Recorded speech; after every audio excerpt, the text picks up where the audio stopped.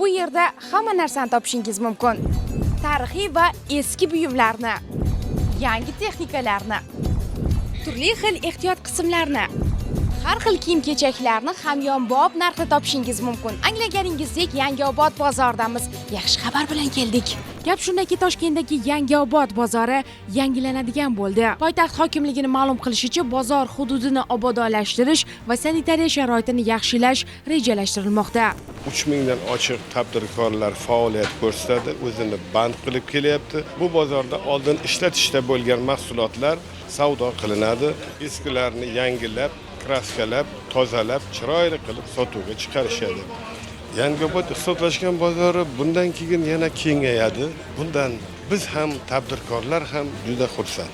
Men yurtimga, elimga kattakon rahmat deyman. Men shu bozorda 27 yildan beri xizmat qilaman. Bozorimiz yana yangilanishidan hammamiz xursandmiz. Hammani tabriklaymiz bayramlar bilan. Men shu Yangiobod ochilgandan beri faoliyat yurgizaman. Yangiobod bozori yangilanishi haqida xabarlar chiqdi. Eshitgan bo'lsangiz? Eshitganman.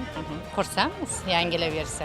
Qancha sharoit yaxshi bo'lsa, shuncha yaxshi bizga ham. Yangiobodimiz bundan ham gullasa yaxshi bo'ladi bizlarga ham. Bozorimizni yangilayotganidan xursandmiz ham, juda ham biz kutuvdik o'zi. Bir kun emas, bir kun shu bo'lishini.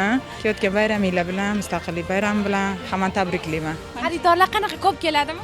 Xaridorlar ko'p, qiziqib kelishadi, boshqa shaharlardan kelishadi. Shu bozorimizga ishqiboz bo'lib, har xil narsalar bo'lgani uchun, aksessuarlar, qiziqarli narsalar bo'lgani uchun chet eldan ham kelishadi. Yana ham yangilanishi, chiroyli bo'lishini xohlaymiz.